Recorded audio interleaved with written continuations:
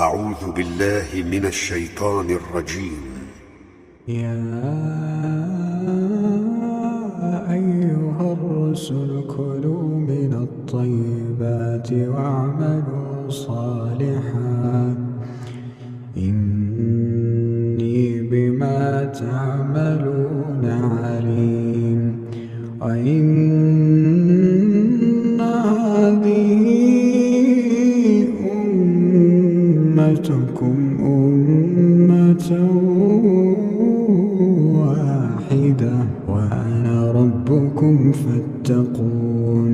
فتقطعوا أمرهم بينهم زبرا كل حزب بما لديهم فرحون. فذرهم في غمرتهم